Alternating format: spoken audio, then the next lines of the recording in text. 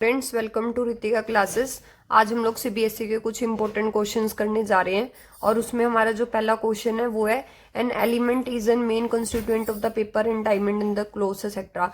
मतलब कोई एक एलिमेंट है जिसको हम लोग पेपर बनाने में भी यूज करते हैं, डायमंड में भी होता है, वो क्लोथ्स में भी होता है। और वो क्या है ना कि उसकी टेंडेंसी होती है कि वो कोवलेंट बॉन्ड बनाता है खुद के साथ भी और दूसरे एलिमेंट के साथ भी। तो सबको पता है कि वो एलिमेंट कोई और नहीं, वो एलिमेंट हमारा कार्बन है, क्योंकि कार्बन की ही प्रॉपर्टी होती है कि वो अपने साथ बॉन्ड बनाए और अपने साथ ही बॉन्ड बना के बहुत सारे सिंगल कार्बन एटम की चेन बना दे या फिर ब्रांच कार्बन एटम की चेन बना दे। और ये दो प्रॉपर्टी शो करता है, सबको पता है, टेट्रा कोवलेंसी और कैटेनेशन। ये भी प्रॉपर्टी इसकी पेपर में पूछी जाती है। जो हमारा इसका ऑप्शन हो जाएगा वो हो जाएगा कार्बन। वो हमारा एलिमेंट कोई और नहीं, क्या है, कार्बन है। Right the electron dot structure of its oxides. अब इलेक्ट्रॉन डॉट स्ट्रक्चर बताने हमने ऑक्साइड्स के।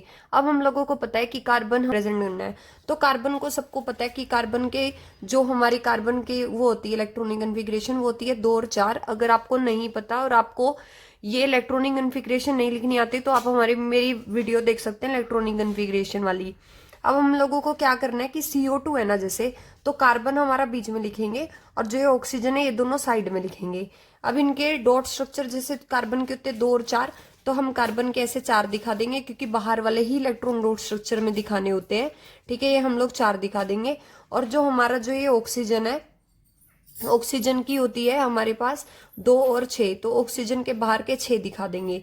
ठीक है, तो हमारे पास क्या है कि 6 इसके ऐसे दिखा देंगे, 1 2 3 4 5 6। इसके भी ऐसे 6, 1 2 3 4 5 6। ठीक है, और फिर क्या करेंगे कि हम लोगों को पता है कि हर किसी को कितने चाहिए होते हैं, 8 चाहिए होते हैं।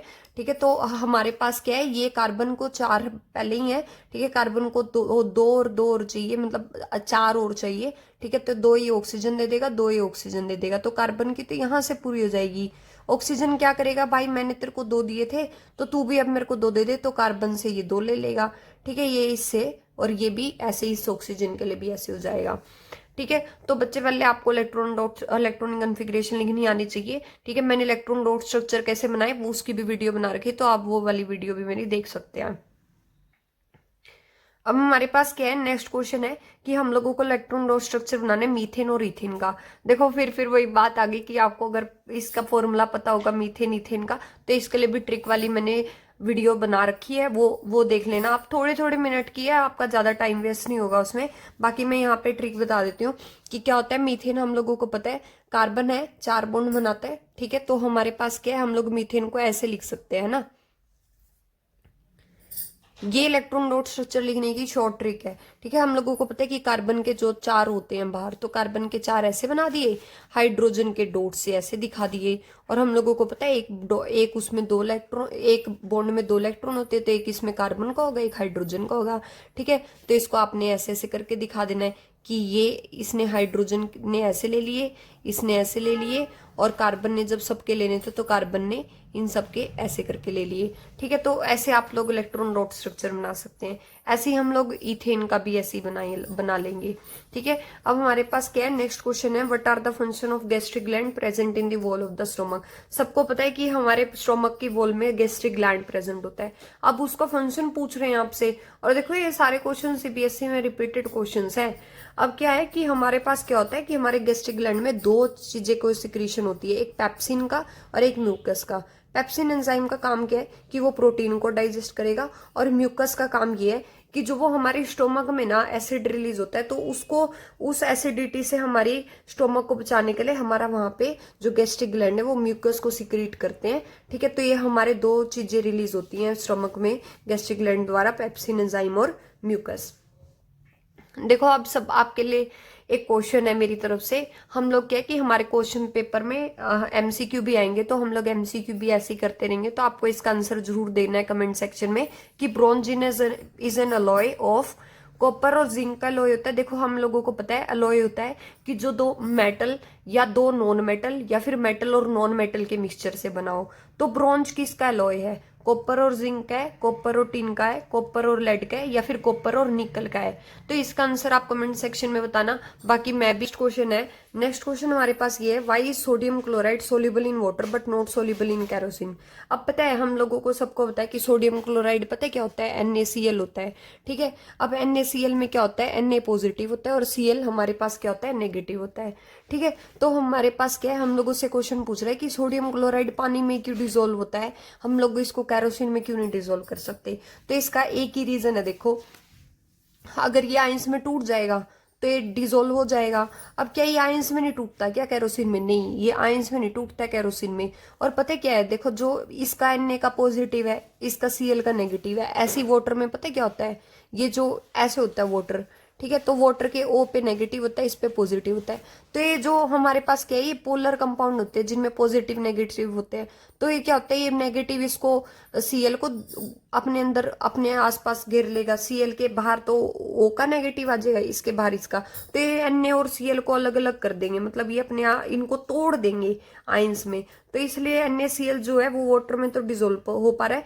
पर जो हमारे पास कैरोसिन ऑयल होता है ना, कैरोसिन ऑयल के जो हमारे पास इसमें ये इनके जो आयनिक कंपाउंड्स है ना, मतलब NaCl है, इनमें इतनी ज्यादा अट्रैक्शन होती है ना कि इसको कैरोसिन तोड़ नहीं पाता, इनको अलग नहीं कर पाता। और ये टेंडेंसी बल्कि वाटर में होती है इनको अलग करने की, कैरोसिन में नहीं होती, इसलिए कैरोसिन में डिजोल्व ही नहीं होते हैं।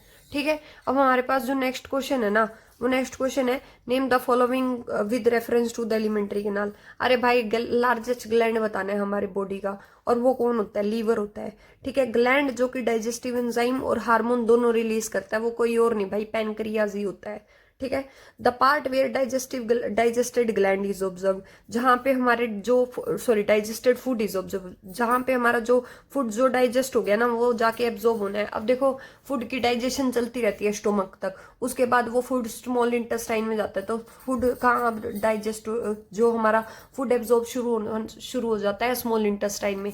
ठीक है, फिर थोड़े बहुत वो तो लार्ज इंटेस्टाइन में तो वाटर के मिनरल्स वगैरह डाइजेस्ट वो एब्जॉर्ब होते हैं। ठीक है, तो हमारा डाइजेस्टेड फूड जो एब्जॉर्ब होता है वो स्मॉल इंटेस्टाइन में होता है। अब देखो आपके पास नेक्स्ट क्वेश्चन है, नेक्स्ट क्वेश्चन भी बड़ा इंटरेस्टिंग सा है, name the disease by which person suffer due to the deficiency of. अगर मान लो किसी व्यक्ति में आयोडीन की डेफिशिएंसी हो जाए तो वो किससे सफर करेगा, भाई उसको गोइटर होती है। ठीक है, यहाँ पे जो हमारा थायराइड ग्लैंड होता है ना, यहाँ पे उसको ऐसे हमारे यहाँ पे गले के इधर मोटा मोटा हो जाता है, उसको गोइटर जैसी डिजीज हो जाती है आयोडीन की डेफिशिएंसी से। ठीक है, अब हमारे पास ये क्या है कि हम लोगों को पूछा हुआ है कि वो बताओ कि पर्सन अगर मान लो उसको इंसुलिन की कमी हो जाए, ठीक है, तो उसको कौन सी बीमारी हो जाएगी, भाई उसको डायबिटीज हो जाएगी। इसलिए जब भी किसी भी पेशेंट को डायबिटीज होती है ना, तो उसको इंसुलिन के इंजेक्शन दिए जाते हैं, और ये भी पेपर में पक्का आता है। ठीक है, अब हमारे पास जो नेक्स्ट क्वेश्चन है वे कह रहा है कि how is the timing of secretion and amount of hormone secretions are regulated in human system. कह रहा है कि कब कौन सा हार्मोन सिक्रीट होएगा, कितना अमाउंट में रिलीज होएगा, ठीक है, वो कैसे हमारी बॉडी में वो एडजस्ट मतलब रेगुलेट हो रहा है, मतलब उसका वो कौन संभाल रहा है। देखो वो फीडबैक मैकेनिज्म होता है एक। ठीक है, जैसे मान लो किसी भी व्यक्ति को ना ब्लड शुगर की बीमारी है और उसके ब्लड में ना अचानक से शुगर बढ़ गई, ठीक है, तो हमारे पास क्या होएगा, हमारा जो पेनक्रियाज है ना, हमारा पेनक्रियाज उसको उधर क्या करेगा, ब्लड शुगर बढ़ने की वजह से हमारा जो पेनक्रियाज है वो इंसुलिन सिक्रीट करना शुरू कर देगा, और भी ज्यादा इंसुलिन सिक्रीट होना शुरू हो जाएगा। जैसे ही उसको पेनक्रियाज को पता चल गया नहीं भाई अब तो इंसुलिन जो हमारा ब्लड शुगर ठीक हो गई है, तो वो इंसुलिन जो सिक्रीशन हो रही थी वो बंद हो जाएगी। ठीक है, तो ये जो मैकेनिज्म है ना, ये फीडबैक मैकेनिज्म होता है, और ये ना बहुत बार पलट पलट के क्वेश्चन आता है आपके पेपर में। ठीक है, तो आपको ये चीजें ध्यान रखनी है। ठीक है, टेलीग्राम का लिंक दे दिया नीचे, आप वहां से डाउनलोड करो, ज्यादा टाइम वेस्ट नहीं करना लिखने में, क्योंकि हमारे बोर्ड के पेपर हमारे बिल्कुल पास में है। ठीक है, तो आपने क्या करना है, कंसेप्ट समझना है, साइंस में कंसेप्ट समझना ही इंपॉर्टेंट होता है। नेक्स्ट है convex mirror used on an automobile has a 3 metre of radius of curvature. भाई ये लाइट एंड रिफ्लेक्शन का टॉपिक है। ठीक है, अब इसमें नोमेरिकल आते हैं लाइट वाले चैप्टर में, तो उससे रिलेटेड मैं आपको सोल्व करना सिखा देती हूँ। एक कॉन्वेक्स मिरर का समझा रही हूँ, जो मैं इसमें ट्रिक्स बताऊंगी वो आपने एनसीईआरटी के क्वेश्चनों के साथ और भी अलग अलग तरह के क्वेश्चंस के साथ लगानी है, ठीक है। A convex mirror used on an automobile has 3 metre of radius of curvature. अब पता है कॉन्वेक्स मिरर है ना, तो कॉन्वेक्स मिरर के लिए हमेशा रेडियस ऑफ कर्वेचर प्लस में लेते हैं, तो इसकी रेडियस ऑफ कर्वेचर प्लस में लिया है, ठीक है। ये बात ध्यान रखनी है। If bus is located at 5 metre from this mirror, कह रहा है अगर इस मीटर से 5 मीटर वो है दूर है, तो फिर पता है क्या है, आप लोगों को अगर मान लो object in front of the mirror रखी होती है तो यू हमेशा ऑब्जेक्ट डिस्टेंस यू होता है, ऑब्जेक्ट डिस्टेंस भी होता है इमेज डिस्टेंस, तो यू हमारे पास नेगेटिव में आता है और ये 5 मीटर दिया तो -5 मीटर है, ठीक है। अब कह रहा है पोजीशन निकालो, नेचर निकालो और साइज ऑफ इमेज निकालो।